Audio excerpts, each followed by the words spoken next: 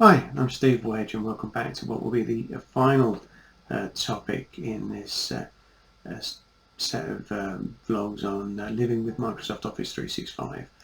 Today I'm going to be talking about working with partners. So there are two sets of partners you need to be thinking about here depending on the way your organisation is set up.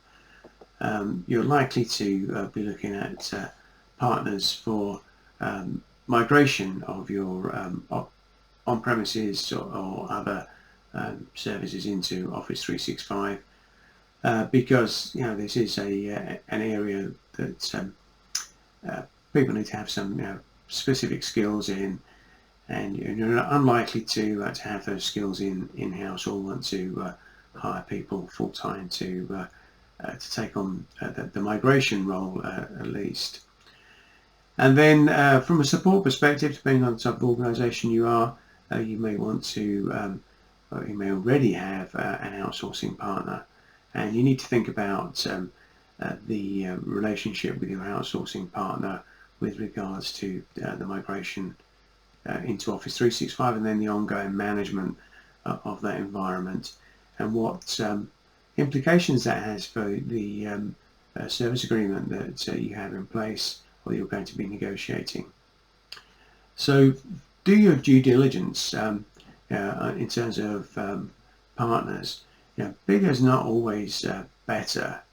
There are some very good niche companies that can support Office 365 migrations for large entities, even global organizations, from a technical perspective at least. So think about what sort of partner you need to have in place for your migration, and pick the right tools for the job, and also determine whether your partners are going to be providing the tooling or whether you're providing that separately, and make sure that you get the tools at the right price point. Always negotiate with the suppliers, but also don't underestimate the amount of internal resource you're going to need on the program. This is both in terms of the full-time program team and having the ability to mobilize additional resources to support the rollout of new technology and business change. Having a partner is not going to solve everything unless your executive are prepared to fully outsource the whole exercise. Obviously, that's going to have a heavy price tag, but also reduces the knowledge gained internally during the process. For some organisations, that may not matter. That's entirely a decision that each organisation has to make separately. And then from a support perspective, if you're outsourcing support, be very careful how this is arranged. As I've said previously, Microsoft 365 is an evergreen environment, and you could find that there's a danger that new features could end up not being supported. Use the governance model that previously described to drive changes to support as per the roadmap, so that you're ready to support products as they land. And where that's not possible, then the COE team are going to need to be able to cover this or remove access as appropriate.